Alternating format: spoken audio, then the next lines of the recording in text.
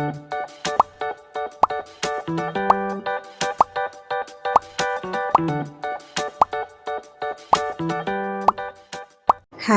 Assalamualaikum. Selamat datang di Nawasana Channel.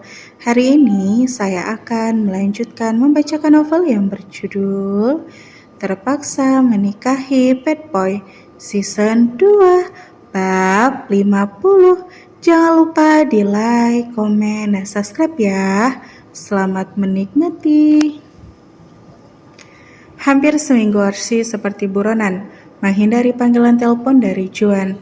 Tapi dengan hal itu dia merasa aman karena Liliana tidak lagi berupaya untuk menegur dirinya dan ibunya. Jelas sudah, memang seperti inilah yang Liliana inginkan. Tapi malam ini tiba-tiba Liliana datang lagi ke rumah. Kebetulan Arsy sedang ada di rumah. Arigi diminta untuk masuk ke dalam kamar sementara Arsy, Nana, dan Liliana duduk bersama.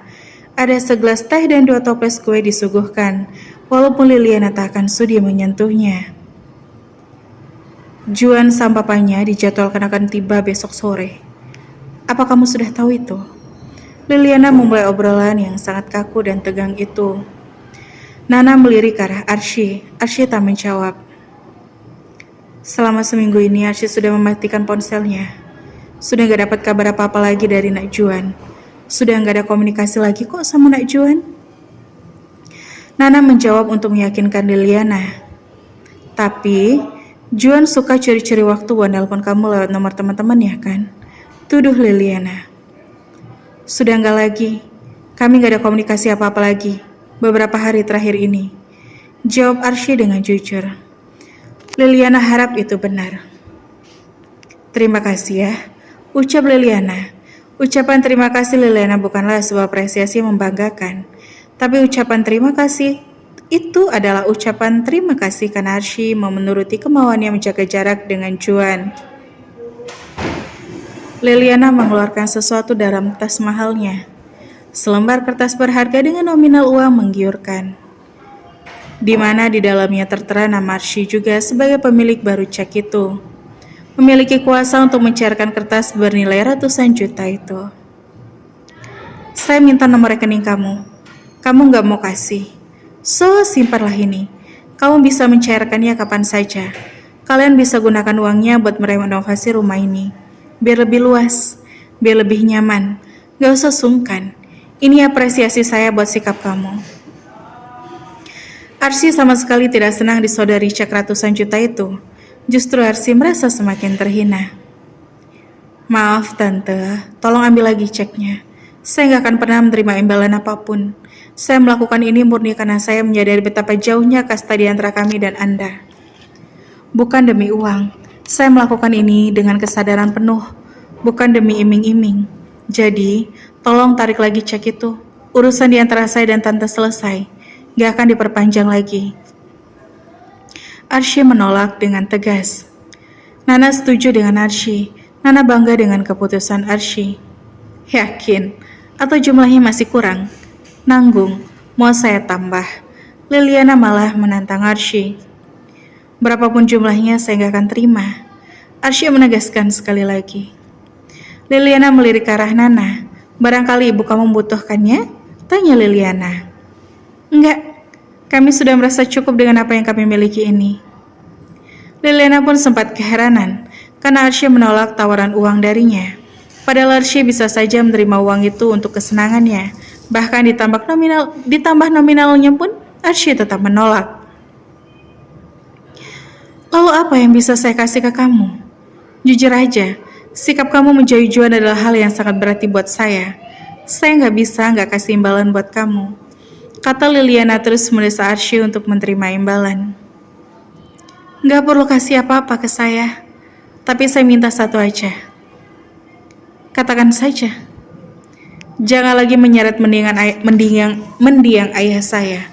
Jangan lagi membahas aibnya. Jangan lagi menyalahkan beliau sebagai mantan pejabat yang tidak baik. Nana terenyuh dengan permintaan Arsy pada Liliana. Arsy memilih mempertahankan martabat demi cek ratusan juta itu. Itu saja? Ya. Kamu benar-benar gak akan mengambil cek ini? Enggak. Liliana pun menyerah dan yakin kalau dipaksa sekeras apapun Arsy tak akan pernah mau menerima cek itu. Liliana merasa kalau urusannya dengan Arsy sudah selesai. Dia tak perlu takut akan pemberontakan atau apapun itu. Sekarang dia tinggal mengurus Juan. Liliana harus bisa memberi pengertian pada Juan kalau setiap keinginan Juan tak selalu harus terwujud. Sebab keinginan Juan itu selalu bertentangan dengan harapannya. Liliana pamit dan pulang dengan sopir pribadinya. Nana dan Arsy masih duduk di tempat yang sama. Keduanya masih tak percaya kalau akan mengalami situasi seperti ini. Ci, Nana begitu mengkhawatirkan Arsy. Kita anggap aja ini gak pernah terjadi, Bu. Kita lanjutkan hidup kita seperti sebelum-sebelumnya. Hidup di bawah tekanan orang yang punya uang dan kuasa itu emang menyedihkan. Cukup aku merasakannya sampai di sini. Selanjutnya, aku akan memilih lelaki yang keadaannya hampir-hampir mirip dengan kita. Biar gak dibanding-bandingkan terus. Biar gak disinggung terus. Air mata Arsy sudah kering. Dia tampak tegar di hadapan Nana. Tapi Nana tahu kalau Arsy sedang berbohong. Pasti Arsy rapuh di dalamnya. Iya, Ci. Tapi, untuk sementara ini aku pantang pacaran dulu. Maunya sampai Arigi lulus SMP. Sambil ngumpulin modal, biar kita bisa buka usaha kecil-kecilan buat bekal pendidikan Arigi ke jenjang selanjutnya. Setelah lebaran, ibu juga mau coba-coba cari kerja kecil buat makan sehari-hari. Biar uang gaji kamu kita simpan buat tabungan. Jangan, ibu jangan kerja di orang lain. Berat, Bu. Gini aja, uang THR aku tahun ini kita anggaran buat modal. Ibu ada rencana nggak mau usaha apa? Usaha yang nggak perlu modal besar, mungkin jualan makanan di depan rumah. Iya, akan ibu pikirkan. Kamu harus kuat ya, Ci. Nana mengusap-ngusap punggung Arsy. Punggung yang kuat menanggung segala beban di dalam hidupnya. Aku kuat, Bu. Hal-hal semacam ini gak akan menggoyahkan aku. Kehidupan kita akan berlanjut sama seperti sebelum aku kenal Bang Juan dan keluarganya. Nana manggut-manggut lalu mencengkeram pundak Arsy dengan kuat. Nana mencoba mengalirkan dukungan dan doa lewat tangan itu. Lalu Nana teralihkan dengan cincin belian yang sekarang sudah tidak ada lagi di jari manisnya Arsy. Cincin kamu? Tanya Nana. Aku lepas, Bu. Besok atau lusa pas aku ketemu sama Bang Juan, aku akan mengembalikannya. Nana mengerti. Nana pun akan mendukung apapun pilihan Arsy. Arsy sudah dewasa dan sudah bisa memutuskan yang baik dan yang benar. Nana hanya akan mendoakan apapun keputusan Arsy adalah yang terbaik bagi mereka. Semoga uang THR-ku masuk besok, Bu. Lanjut mikirin usaha kecil apa setelah lebaran nanti. Amin, semoga. Tidak duka yang Arsy tunjukkan. Tapi saat dia masuk ke dalam kamar dan menepi rasa lelahnya, barulah Arsy mencurahkan perasaannya lewat tangis yang tak bisa ia tahan lagi. Rasa rindu dan cinta di dalam hati harus ia lepaskan begitu saja. Harusnya besok adalah waktu untuk melepas rindu. Tapi kenyataannya, Arsy juga harus melepaskan Juan demi ketenangan hidupnya dan ibunya. Hari itu tiba. Sepanjang hari ini Arsy merasa deg-degan tak karuan. Dia sudah mengatur sikap yang akan ia tunjukkan saat bertemu dengan Juan nanti. Arsy tidak mendapat jadwal pastinya kapan Juan sampai di Jakarta. Dia hanya menunggu dengan cemas. Arsy juga mempersiapkan diri untuk ledakan amarah yang pasti akan terjadi di diri Juan nanti.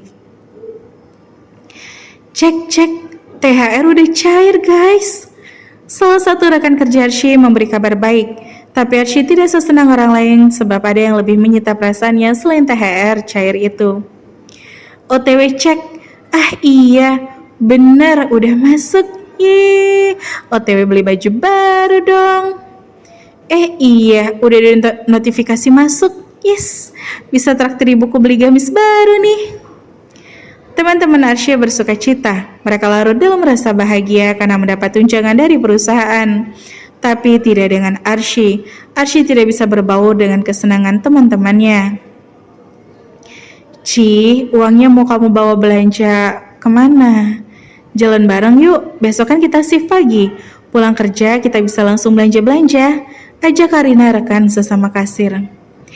Ciwi-ciwi yang dipikirin emang belanja terus. Simpan uangnya buat bekal sampai gajian bulan depan.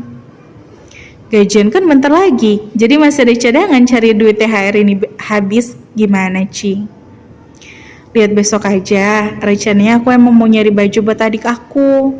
Arsy menjawab dengan tidak yakin. Buat kamu juga dong. Entahlah, lihat besok aja. Ya udah, aku pulang ya. Semangat buat kalian. Bye-bye.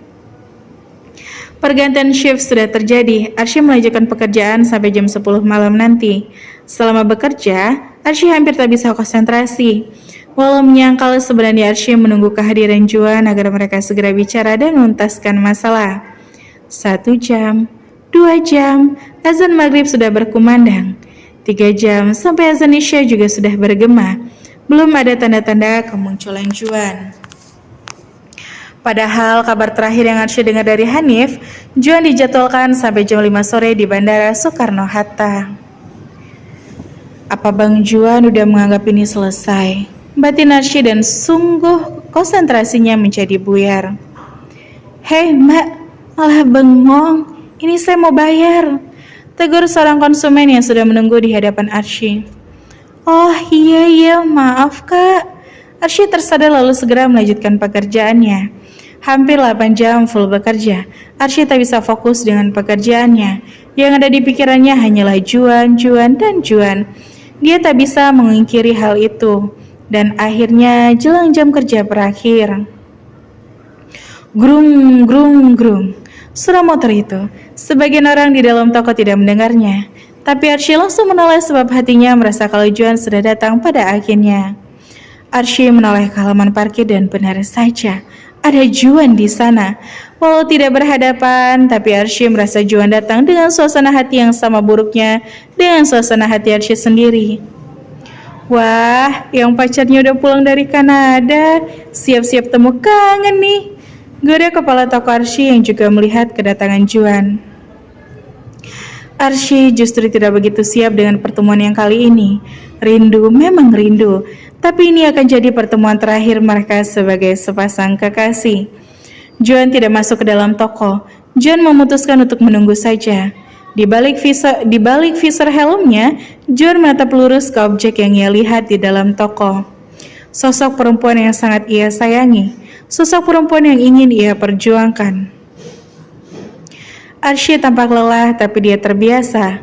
Dia sedang melakukan proses closing. Pramuniaga keluar toko untuk menutup sebagian rolling door agar tak ada lagi konsumen yang masuk karena transaksi sudah ditutup. Tunggu bentar ya bang, bentar lagi Arsy keluar kok, ujar Dani pramuniaga itu. Juan hanya mengangguk pelan. Tak lama Hanif dan Yaris datang.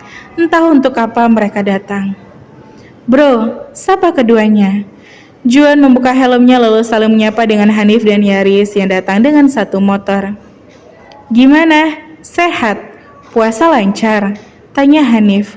Aman, jawab Juan singkat saja. 2 minggu di luar negeri bikin lo makin bule aja bro. Enggak, biasa aja. Serius? Lah gue seharian mainnya oli sama asap knalpot. Ya makin burik. Canda Yaris. Lo burik dari sononya, kata Hanif. Sembarangan lo, emak sama bapak gue kagak jelek-jelek amat kok. Juan tidak terganggu dengan ucapan Yaris dan Hanif. Dia fokus dengan kemunculan Arsy yang akhirnya keluar dari dalam toko. Arsy terlihat tidak nyaman. Tatapan mata Juan sangat mengintimidasi. Entah apa yang akan terjadi setelahnya. Riz, tolong bawa motor Arsy, antari ke rumahnya. Bilang sama ibunya, Arsy akan pulang, gue yang anter. Pinta Juan. Oke bro. Ternyata kedatangan Juan dan Hanif adalah untuk membawa motor Arsy agar Arsy bisa pulang dengan Juan. Arsy berjalan semakin dekat. Wajah yang paling Juan rindukan itu akhirnya nyata di depan mata. Tapi sayangnya, tak ada raut bahagia yang tergambar. Justru Arsy tampak tegang dan tidak nyaman. Hai bang, apa kabar? Arsy hanya berbasa-basi, tapi tak berani membalas tatapan mata Juan. Duh, yang mau kangen-kangenan. Yaris malah menggoda. Dan Hanif malah sudah yakin kalau Arsy dan Juan sedang tidak baik-baik saja. Kasihkan kunci motor kamu ke Yaris. Dia akan antar motor kamu ke rumah kamu. Perintah Juan dengan sikap yang dingin. Gak usah, aku bawa sendiri aja. Kamu pulangnya sama aku. Enggak, kita bisa jalan sendiri-sendiri. Arsy masih kekeh menolak. Serahkan kunci motor kamu. Juan meninggikan suaranya. Juan juga tetap pada rencana awalnya. Acara temu kangen itu malah terasa begitu menegangkan. Udah sini, aman kok. Sekalian nanti aku bilangin sama ibu kamu, kata Yaris membujuk. Tapi Arsy masih kebingungan. Semua tak sesuai rencana. Ci, kami duluan ya. Pamit kepala toko Arsy dan pramuniaganya. Iya, hati-hati ya. Arsy menyempatkan diri untuk menjawab. Arsy, serahkan motor kamu ke Yaris. Juan masih memaksa Arsy untuk menyerahkan motornya pada Yaris. Enggak, kalau ada yang mau dibicarakan, bicarakan di sini aja. Jangan lama-lama, ini udah malam, aku harus segera pulang. Kamu gak nurut ya? Gak perlu nurut lagi kan? Kita kan udah putus. Amarah Juan semakin memuncak. Dia sangat kecewa dengan sikap Arsy. Selama 2 minggu menahan rindu, malah ini sambutan dari Arsy. Hanif dan Yaris malah ikutan tegang.